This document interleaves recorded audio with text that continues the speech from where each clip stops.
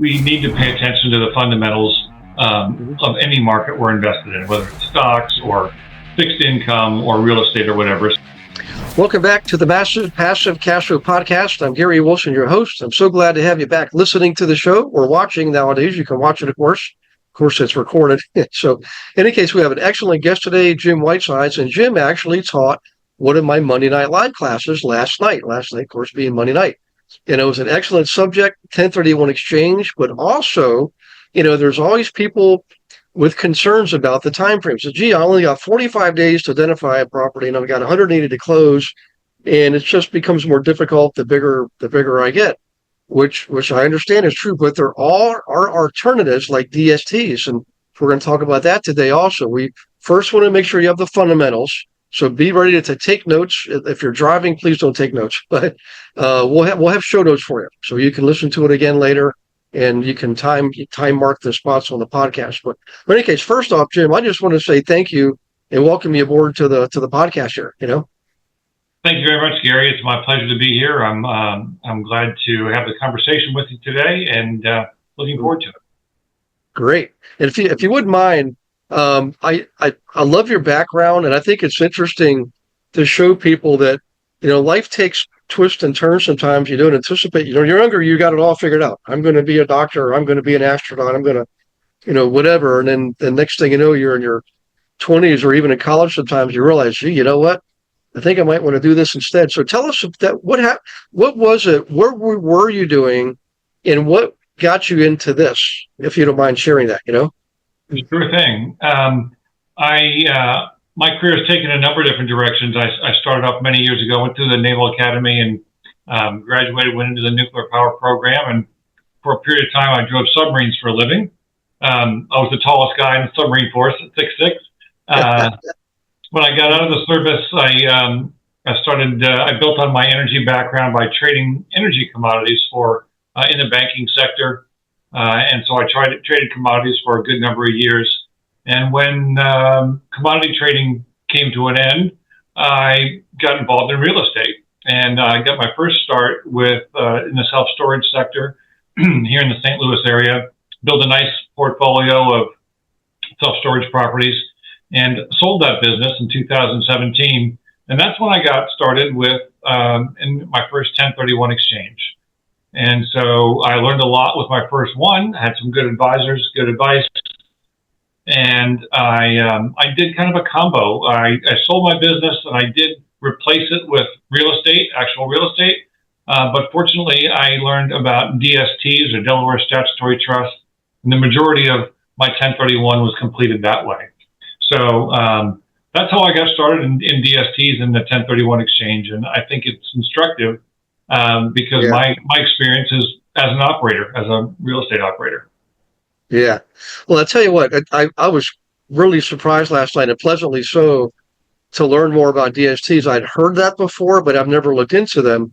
And so I've used other trusts before, different trust structures to configure things, transactions, and try to, use the tax rules to my advantage as much as possible by doing that. But 1031 exchange is still one of the most prolific tools used to defer capital gains tax. So you can roll it forward and then utilize the gains on a sale for greater use, to buy a bigger asset. So if you don't mind, let's do this. We've got a wide range of listeners, all over the place, different industries, but mostly professionals and mostly a lot of business owners. And for those who are familiar with 1031 exchange but might not understand some of the nuances, would you mind giving a little bit of a one-on-one level on that first, so everybody has the basics? Then they'll really appreciate the DSTs like I did. That was awesome, Yes, of course. So a 1031 exchange, 1031 refers to the section of the IRS code, and what it boils down to is when one owns commercial real estate and it appreciates in value, as you hope it does. When you are to sell that property, you are able, as a commercial property owner, to defer those gains by following the guidelines that the IRS has laid out for a 1031 exchange. And so if there are gains with the sold or relinquished property, you don't have to pay the taxes on those gains when you sell the property. You can take those gains and roll them into an investment in another property. And so a 1031 exchange is just that process that one goes through. There are a few basics. The relinquished or sold property, the proceeds can't go in your pocket as an investor. They have to be handled by a third party or a qualified intermediary. So the qualified intermediary takes in the proceeds from your sale. They hold them for you. They complete all the documentation that allows you to comfortably and confidently utilize the 1031 tax treatment. And then they will help you identify what your replacement properties are. And so for most people, what that means is a replacement property is a like-kind exchange, another word for it. A conventional 1031 exchange might be where someone sells, like in my case, a self-storage property, and then replaces that with, say, a multifamily, an apartment building. And the gains from the self-storage roll into the multifamily. And so there's no taxable event. There are a certain number of rules that you have to follow. So you, like I said, the qualified intermediary holds the funds. You have 45 days from the time of the sale to identify your replacement property or properties. And then those property or properties, you have to close on them within 180 days of the sale as well. So those are kind of the basics. Pretty much any property can qualify as the replacement property as long as you don't live in it, pretty much. Okay. So in other words, you can sell a multifamily residential and purchase a commercial strip mall, as a replacement. Yes. Gotcha. Okay. You sure can. Yeah. And I know there's other things too, like that I've always wondered about. And because I've never actually done one myself, although I've being a broker too, I've worked with many investors who've done this. So as they grow their portfolios and get bigger and bigger properties, they could sell one and buy several others as a replacement, and vice versa. They could sell a small portfolio like single family homes and do it as one transaction, which was kind of neat. And I learned a lot from that, by the way. But then buy a big apartment complex to replace the whole thing. And there's other complications. I know there's situations that involve, like if there's debt that's involved in what you're selling, and I really didn't know this till years ago, that you have to have that same amount of debt on as a prorated basis on the new properties. Is that right? Yes. Yeah. So, yeah, absolutely. Another one of the kind of the rules is, I'll offer an example. If the property you sell is $1 million, and at the time of the sale, you have $300,000 of debt on that property.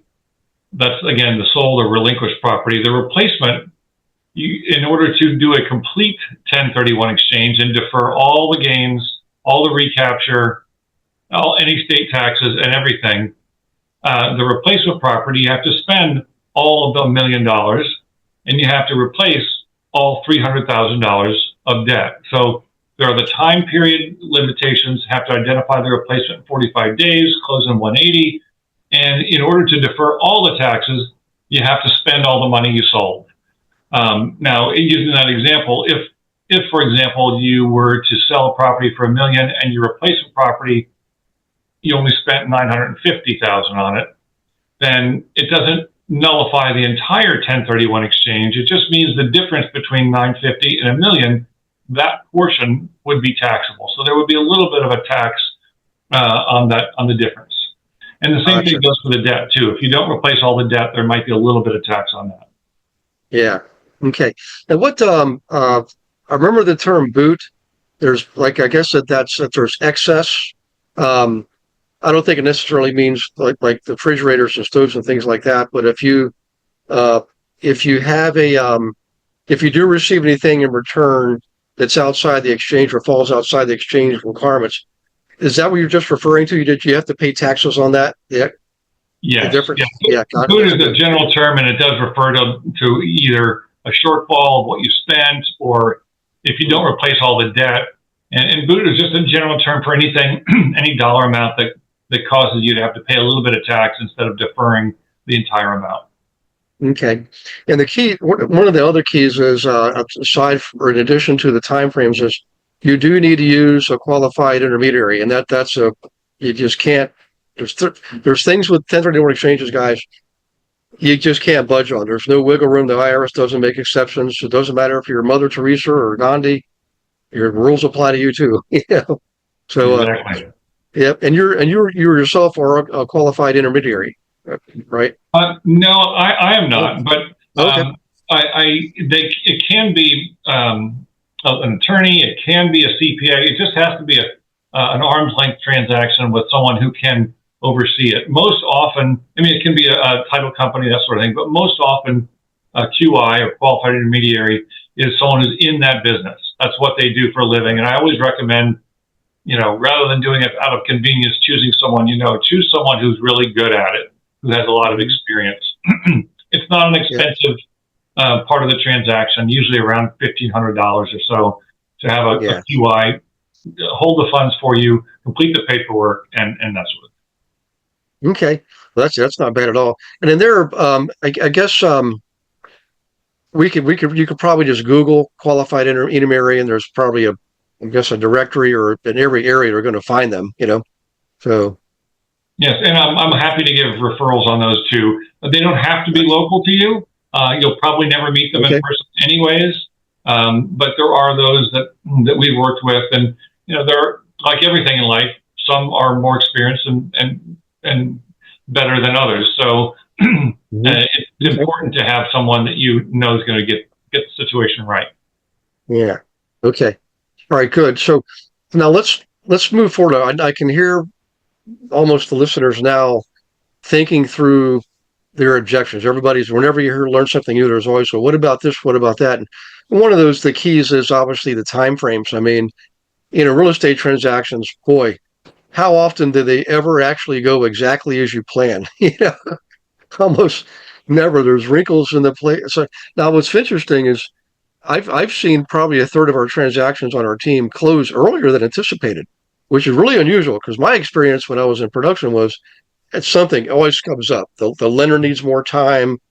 The appraiser needs to redo something. It just never ends. But you get used to it. So in an exchange, that could really cause a lot of stress for people. So now the alternative is the DSTs. So let's start to unwrap that a little bit, if you don't mind. First, what actually is a DST? It really doesn't mean that it's done in Delaware, obviously, but what actually is it? And then what are some of the uses? Like, what are the different categories? Things like that. Absolutely. So as you said, DST stands for Delaware Statutory Trust. It has nothing to do with Delaware. It's a trust, much like any others, where there's a trustee and there are beneficiaries. It's an entity that is formed for the purpose of owning real estate. Investors in a DST are fractional owners of the real estate that the trust owns. Actual fractional owners. And that's an important point, because one type of trust that I think that many investors, many real estate people are familiar with is a REIT, or real estate investment trust. They can be publicly traded, they can be privately traded.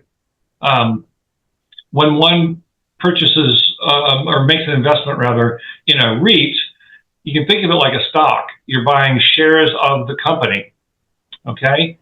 Not the real estate. You're buying shares of the company that owns the real estate. DST, an important difference is, DST, when an investor is buying shares, a fractional ownership of the actual real estate the trust owns. The significance of that is a REIT is not 1031 eligible because you're buying shares of the company. A DST, because it's fractional ownership, you actually can use a DST to complete a 1031 exchange. It's 1031 eligible. And so that trust can have any type, the companies that form these trusts, that is a private placement security, but these companies will go through all the paperwork. They're very highly regulated. They're a private placement security that falls under the auspices of the SEC and FINRA. So they're very highly regulated, and they're sold through the broker-dealer network, like the one that I work for, Great Point Capital. and it can have any type of real estate in it. Apartments, it can have single-family rentals, it can have warehouses. It can be for development deals that don't have cash flow. It can be for, just the opposite, triple net properties that are designed. So the DST can fit any one of a number of different needs. It really is a very powerful tool, and it actually has the same benefits of owning the real estate in that. There's pass-through depreciation that the investors realize since they're owning the real estate. And there's no day-to-day responsibilities in terms of managing the real estate because the trust does that. There's a step up in basis if one were to, for example, with my children, with my DST investments, when I pass away, they'll pass to my children and they'll get the same step up in basis as if we pass them real estate. So very, very useful for completing a 1031 exchange without having to do the due diligence work, put the financing in place. The debt is non-recourse to the investors, by the way. Much, much simpler and much more able to diversify and reduce risk. Well, I'm really excited about them because, for a number of reasons. The fractional ownership, by the way, for everybody listening, I'm not comparing them to timeshare, but just so you know the difference, timeshare is you own a time interval in a real estate asset. What we're talking about here is actual, if you had, a building and you broke it up into 100 pieces, you could own, one or more of those pieces. You own a share, an actual portion of the building itself, the land and building, which is way different than timeshare. And the other thing too is, for a lot of people listening, if you're kind of getting into your, maybe in your 40s or 50s, let's say you've owned real estate already, you've had rentals, you've owned them for 10 or more years, and you're just really starting to get tired of them because that's the average. The average, most real estate investment owners start to sell after 10 years. My average hold time has been 12 years in my career of investing. Average hold time is 12 years. I've had some longer, but that was the average. So if you're in that group and you're looking for an alternative, to me, this is an excellent, excellent alternative, way better than a REIT, because you actually do have direct ownership of a tangible asset, i.e. real estate.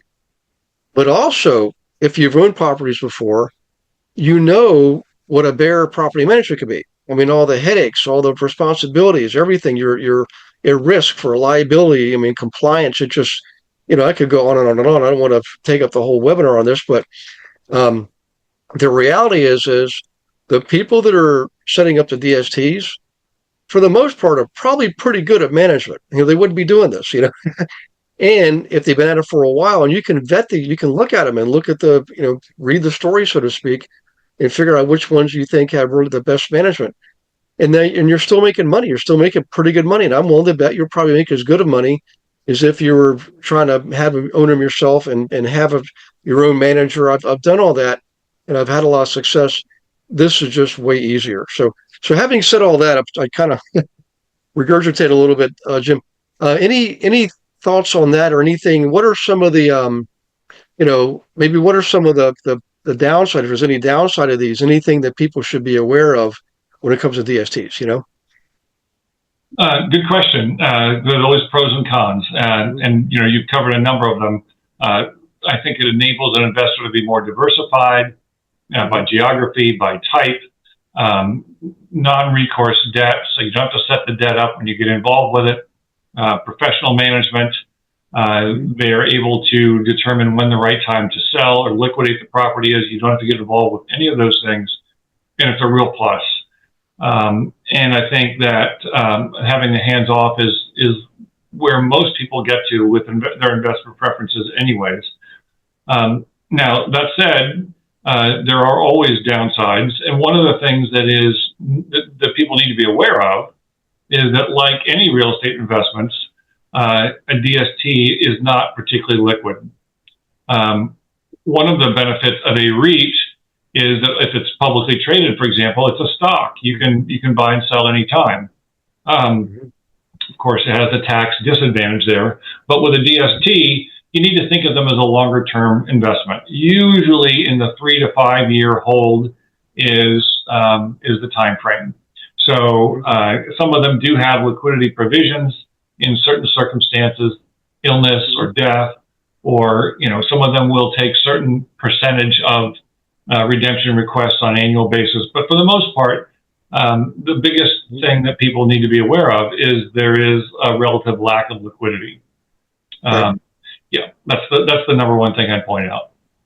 Okay, and really, that's to me, it's not a big surprise because it is real estate.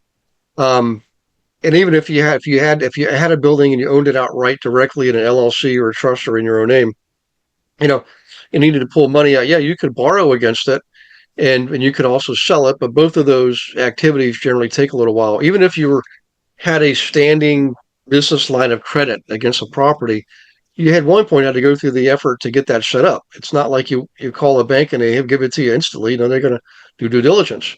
And I'm gathering you might be able to borrow indirectly against the value of a DST, but you can't borrow from the DST. So True that. Although there, like I said, there are all different types of DSTs, and there is one referred to as a zero cash flow. Not to get too far in the weeds with it, but it does. There are types of DSTs that might suit for someone, for example, who wants to sell today but wants to take their time and buy maybe next year or some other time. Maybe if their view is that interest rates will drop, they really want to sell a property today, but they don't want to buy until later. Well, there is a type of DST that allows for an investor to do that. You sell today. Okay. There's a mechanism in place where the investor can get, and generally speaking, around 85% of their investment back within 30 to 60 days. And they can do what they wish with that. They can hold that and then look more patiently for replacement properties, that sort of things. There are some details in those, but my point is just that the idea is there are solutions. So whatever the situation that someone has, I think that we can find most any problem that you can come up with, we can find solutions for that.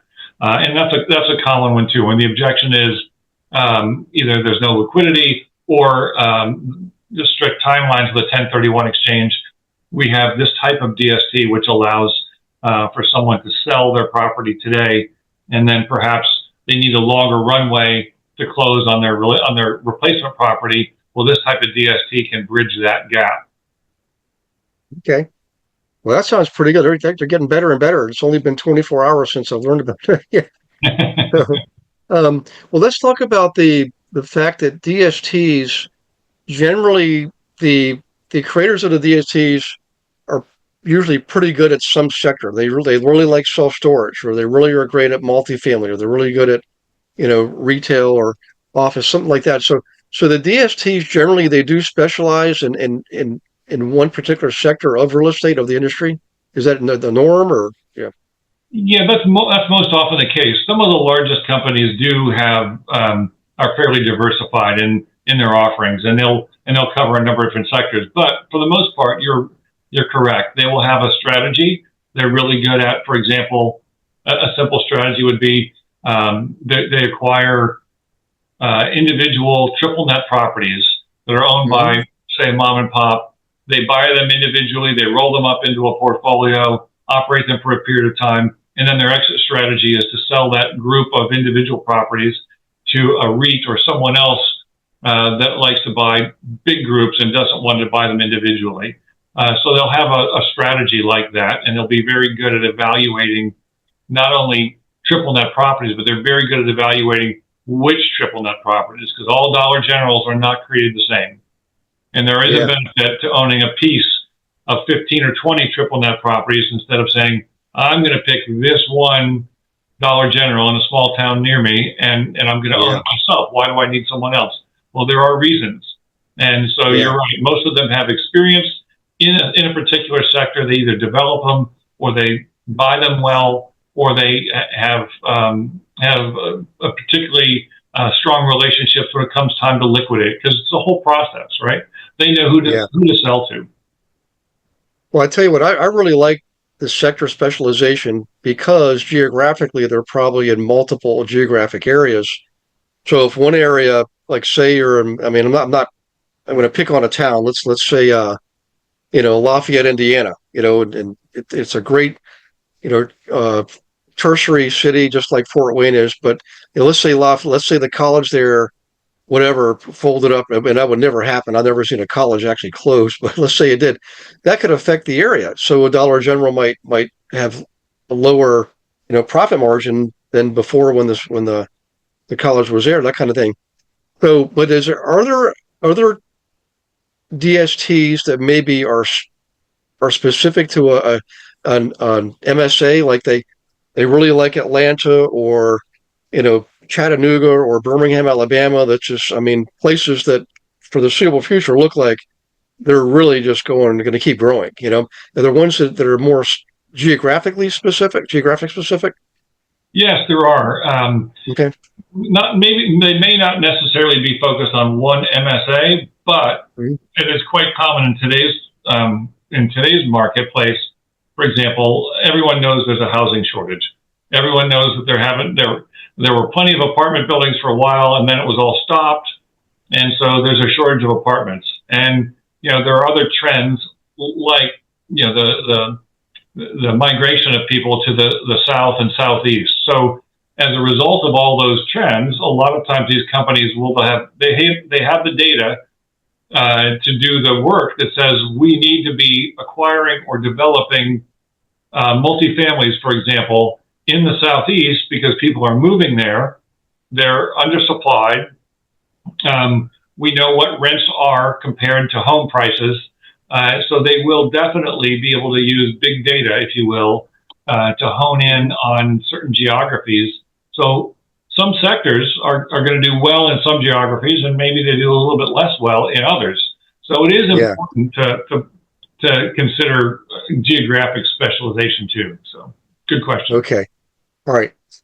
Now, as far as the consumers go, can people purchase into these, whether they're U.S. citizens or not? Can Canadians invest in the DSTs that are in the States? People, because we have clients in Israel and South Africa and, my gosh, Europe, and I mean, I know they're going to, because we serve them.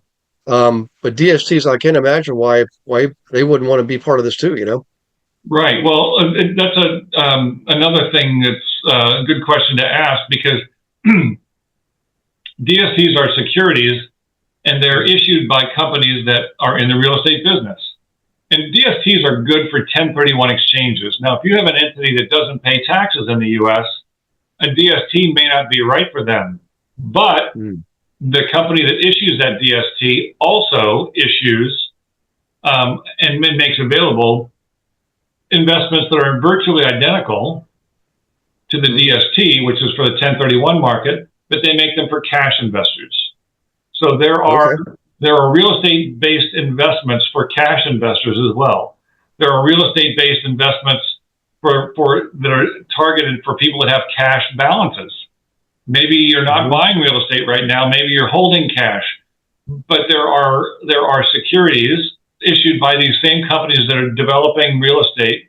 Maybe their borrowing need is for something that looks like a line of credit.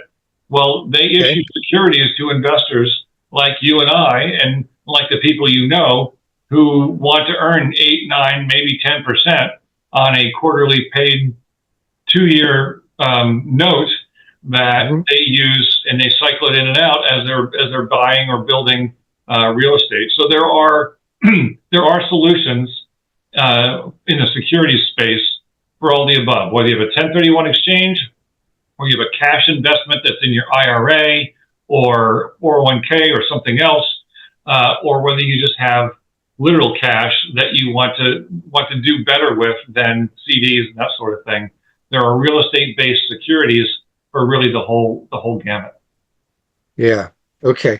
And how about almost don't like asking this question. It's a timing question because I know in real estate, we've actually tracked this. We've looked at if you go through the top of a cycle through an entire next cycle to the top of the following cycle, and you look at the peaks and the troughs, we can show that if you bought at the top of the first market, get through another complete cycle, and then sold the bottom of the subsequent, which would be the third cycle, you actually will still make money in real estate. If you look at it historically, that's just mind boggling because you can't say that in the stock market.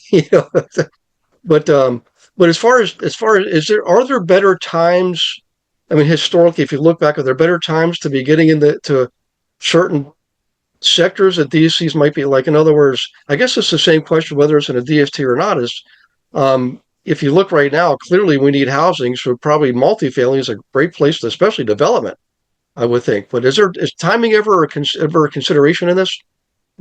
Well, certainly we need to pay attention to the fundamentals of any market we're invested in, whether it's stocks or fixed income or real estate or whatever. So while I'm a reformed commodity trader, so timing was market entry and exit was everything. But so despite that background, I'm not a big advocate of trying to outsmart or outtime the market. I would always suggest taking a longer term view and paying attention to the fundamentals. There are, just as the properties that are behind a DST or other type of investment like this are subject to the same market forces that the real estate that's not in a DST is subject to. So Yeah, it's important to pay attention to the story. What is behind the need? Using the example I had before, like you said, there's a housing shortage. People are moving to the southeast. Lower taxes, perhaps. So the fundamentals are important to pay attention to, more so, in my opinion, than trying to time the market. In fact, gotcha. some investors would say that, particularly for income investors, the idea is to look for property types and properties that span the highs and lows. So, whether the investment is going to be, on the upswing or on the downswing, where the market is. But if you look to solid properties that do well year in and year out, then that kind of removes some of the perceived risk of what you're talking about there. Excellent. Okay. Well, I'll tell you what, this is a lot to take in for people. And I mean, it's not a real technical subject, but it's somewhat technical. And I think you brought an amazing amount of what we call golden nuggets today. So, um, for people who are interested in learning more about this or just getting information, speaking with you, figuring out, hey, should I do an exchange? Maybe they were hesitant before, but now they feel more confident now because they know if an exchange isn't working out, they could go to a DST probably as long as they probably need a couple of weeks versus 180 days. But I think a lot of people, if you're listening out there, in fact, and you've thought about selling an asset, before you sell the asset, at least explore this. I mean, reach out to Jim. So how is there a website, Jim? How can people find you and get a hold of you? Yes, absolutely. My phone number is 314-363-9659. You are welcome to call anytime. Email is Jim Whitesides. Probably see it there on the screen at soundtract.com. So that's SOUNDTRACT. And that is also the website, www.sound-tract.com. And that's just my advisory service website. And you Okay. can see what sorts of offerings there are in the DST space. Hmm. You can see that I'm also affiliated with EXP and some of the other services that we offer. So those are all good Awesome. ways of reaching out. And I'm And also you on could, LinkedIn too. Please, in the absence of any of the above, Jim Whitesides at LinkedIn or Instagram would be just as well. gotcha. So let me write that down. Um, so now, real quick, I probably should have. I'm sure the answer is yes, but just to be sure, if everybody that's in, very, very rural Montana or very, very populated Atlanta, it really doesn't matter where they are. You could probably help them and serve them with their 1031 exchange and also looking at DSTs and Absolutely. awesome. It's a coast to coast sort of thing. Um, I also am happy to educate not only investors but sometimes other stakeholders in their decisions, include maybe an attorney or a CPA. We do all of that, and there's no charge for my time. I'm compensated by, the DST issuers. So as much time as it takes to talk to someone about a 1031 exchange or give references for an attorney if you need one, for a CPA if you need one, for a qualified intermediary, I can help you no matter where you are. Awesome. Well, I really appreciate this again, Jim. I'm looking forward to speaking with you again sometime because there's so much we have in common. I mean, I knew you were involved with subs in the Navy. I didn't realize you were the driver of the sub. That's a little. And I've had when I was a Cub Scout master, one of my scout leaders, he was a submariner too. And of course, I worked on the subs myself, and he even was a sub tracker. And to me, guys, everybody listening here, this is as golden as you can get. You won't find people that have the character of submariners. Okay. They're just a special rare breed. I mean, just consider what it is they're doing, and you know what I'm talking about. So you got a guy like Jim Whitesides with that character, and he can help guide you through the process of a 1031 exchange. And looking at DSTs, he's got them himself. He's invested in them. I know that because I asked him before. So you couldn't get a better contact. And it's Jim Whitesides at soundtrack, PRACT.com. And the website is sound hyphen, right? Yes. Tract.com. Yep. Gotcha. And phone number 314-363-9659. And how many podcasters give you the phone number? Not all of them, so Right. in any case, so Jim, thank you again for joining us. I really appreciate this. Thank you, listeners, and for those of you watching, if you could leave a review for this, please do so. Jim and I appreciate it. And this is one of the best ones. I'm looking for your reviews. That's what makes the podcast world go around. And we will see you on the next Massive Passive Cash Flow podcast. In the meantime, take care of yourselves. God bless you and all your loved ones, and we'll see you next time.